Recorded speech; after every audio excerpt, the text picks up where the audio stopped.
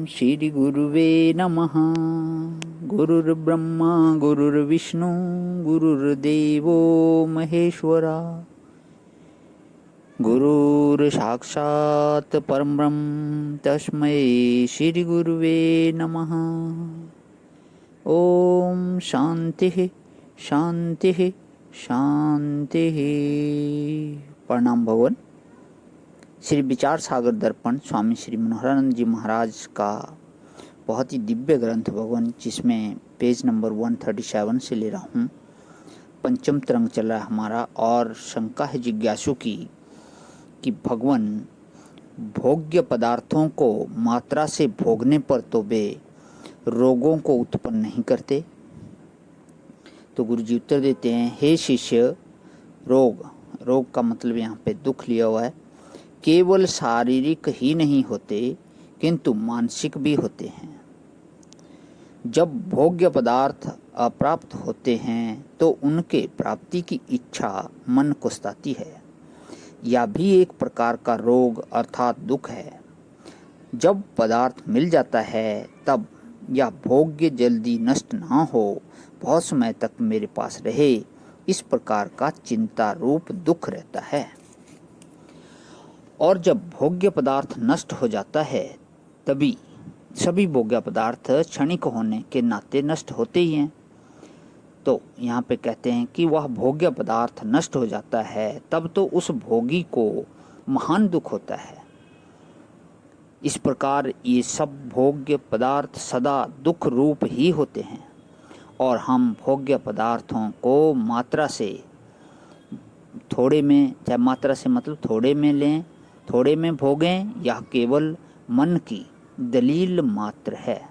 ये ओनली एक दलील है, क्योंकि साधारणतः मन का ढांचा कुछ ऐसा बना हुआ है कि जब भोग की मन में इच्छा होती है और उस इच्छा की पूर्ति करने की भ्रांति से यदि मन को वह भोग्य पदार्थ दिया जाता है तो वह इच्छा पूर्ण नहीं होती, प्रत्युत बल्कि जैसे अग्नि में हवन सामग्री डालने से एक बार अग्नि कुछ मंद होकर धुआं करके फिर दुगनी प्रज्वलित हो जाती है, वैसे ही उसमें कुछ दब कर फिर दुगनी बढ़ जाती है। यूँ बढ़ते बढ़ते वह इच्छा तृष्णा का रूप धारण कर लेती है। जहाँ तृष्णा उत्पन्न होती है वहाँ प्रमाद, पाप इत्यादि उसके भाई भी आ जाते हैं। जब इनका कुटुंब बढ़ने लगता है तब तृष्णा से बातचीत करने के लिए उसकी सखी चिंता भी आकर उस भोगी के हृदय में डेरा जमाती है, और फिर वे सब मिलकर उस भोगी के हृदय में एक विशाल दारुण इनके दुख रूप देवता की स्थापना करते हैं। फिर वहाँ रात दिन पातकों यानी के पापों का पाठ पढ़ा जाता है।